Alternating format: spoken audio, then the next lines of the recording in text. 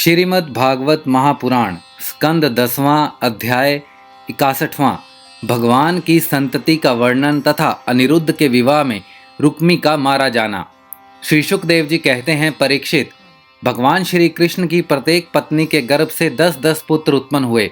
वे रूप, बल आदि गुणों में अपने पिता भगवान श्री कृष्ण से किसी बात में कम न थे।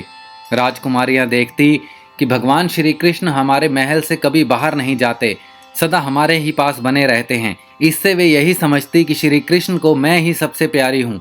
परीक्षित, सच पूछो तो वे अपने पति भगवान श्री कृष्ण का तत्व, उनकी महिमा नहीं समझती थी।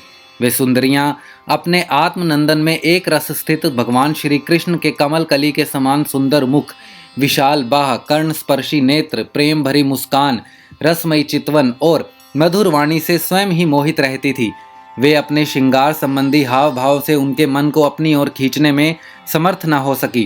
वे 16,000 से अधिक थी। अपनी मंद मंद मुस्कान और तिरछी चितवन से युक्त मनोहर भौहों के इशारे से ऐसे प्रेम के बाण चलाती थी जो काम कला के भावों से परिपूर्ण होते थे, परंतु किसी भी प्रकार से किन्हीं साधनों के द्वारा वे भगवान के मन एवं इंद्रियों में चंचलता नहीं उत्पन्न कर सकी।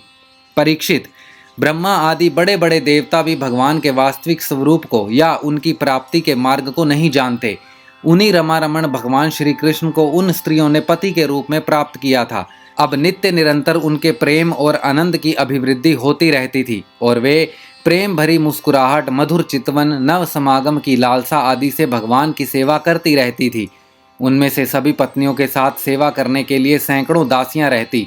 फिर भी जब उनके महल में भगवान पधारते तब वे स्वयं आगे जाकर आदर पूर्वक उन्हें लिवा लाती, श्रेष्ठ आसन पर बैठाती, उत्तम सामग्रियों से उनकी पूजा करती, चरण कमल पखारती, पान लगाकर खिलाती, पांव दबाकर थकावट दूर करती, पंखा झलती, इत्र, फुलेल, चंदन आदि लगाती, फूलों के हार पहनाती, केश संवारती, सुलाती, स्नान कराती और अनेक प्रकार के भोजन कराकर अपने हाथों से भगवान की सेवा करती। परीक्षित, मैं कह चुका हूँ कि भगवान श्री कृष्ण की प्रत्येक पत्नी के 10-10 पुत्र थे। उन रानियों में 8 पटरानियाँ थीं जिनके विवाह का वर्णन मैं पहले कर चुका हूँ। अब उनके प्रद्युम्न आदि पुत्रों का वर्णन करता हूँ। रुक्मिणी के गर्भ से 10 पुत्र उत्पन्न हुए। प्रद्युम्न, चारुद्वेष, सुद्वेष, पराक्रमी, चारुदेह, सुचारु, चारुगुप्त, भद्रचारु, चारुचंद्र, विचारु और 10वां चारु।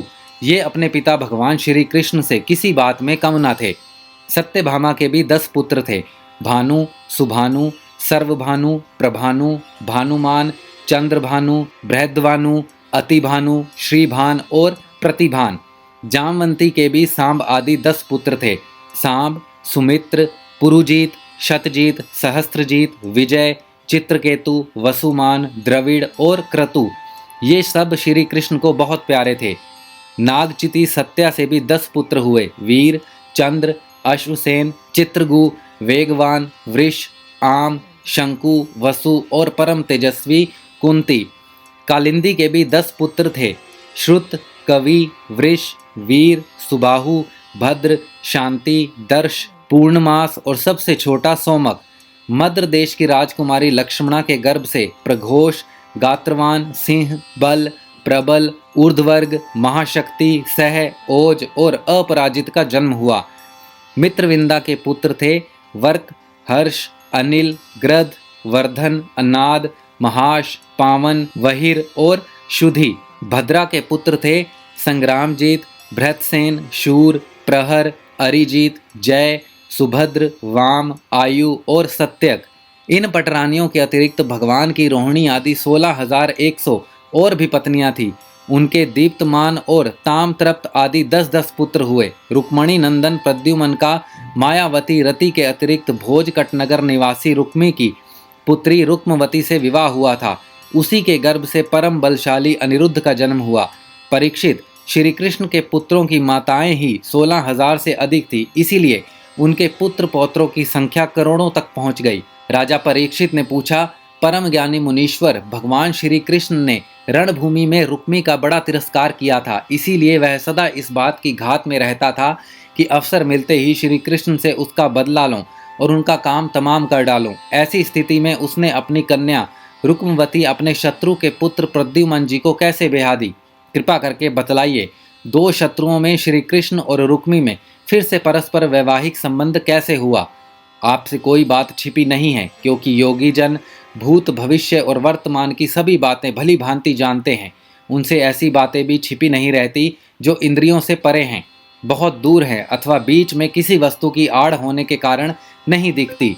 श्री शुकदेव जी कहते हैं, परीक्षित, प्रद्युमन जी मूर्तिमान कामदेव थे। उनके सौंदर्य और गुणों पर रीझ कर रुक्मवती ने स्वयंवर में उन्हीं को वरमाला पहना दी।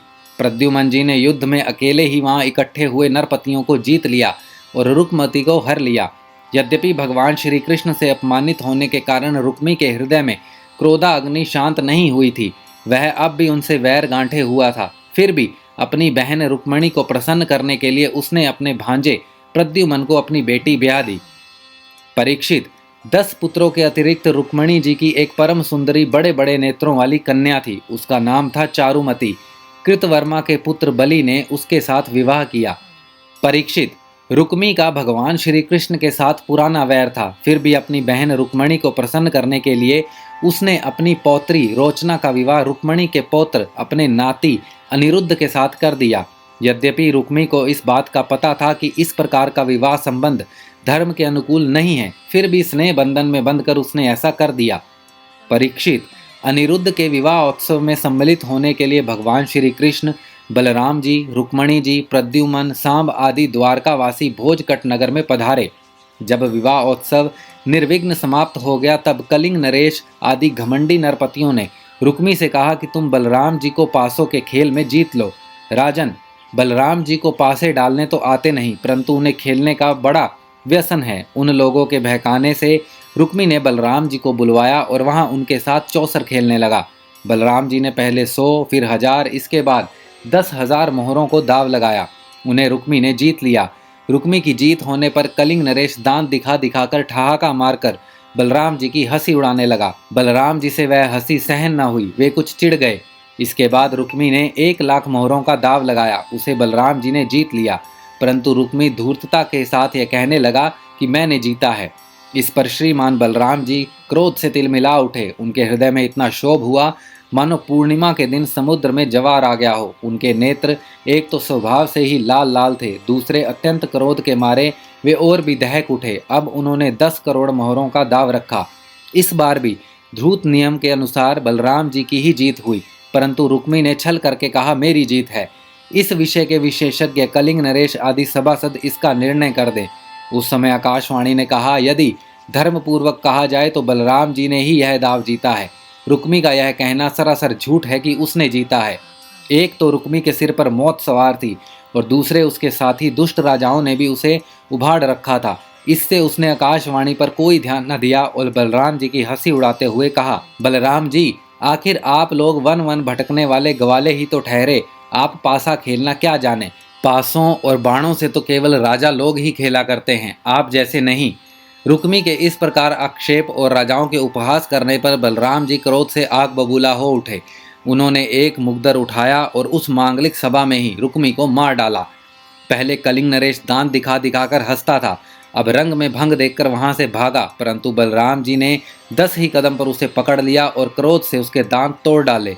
बलराम जी ने अपने मुकदर की चोट से दूसरे राजाओं की भी बांह, जांग और सिर आदि तोड़ फोड़ डाले। वे खून से लथपथ और भयभीत होकर वहां से भागते बने। परीक्षित, भगवान श्री कृष्ण ने यह सोचकर कि बलराम जी का समर्थन करने से रुक्मणी जी अप्रसन्न होंगी और रुक्मी के वध को बुरा बतलाने से बलराम जी रुष्ट होंगे, अपने साले रुक्मी की मृत्यु पर भला बुरा कुछ भी ना कहा। इसके बाद अनिरुद्ध जी का विवाह और शत्रु का वध दोनों प्रयोजन सिद्ध हो जाने पर भगवान के आश्रित बलराम जी आदि यदुवंशी नवविवाहिता दुल्हन रोचना के साथ अनिरुद्ध जी को श्रेष्ठ रथ पर चढ़ाकर भोजकट नगर से द्वारकापुरी को चले आए। श्रीमद् भागवत महापुराण स्कंद 10वां अध्याय 61वां समाप्त।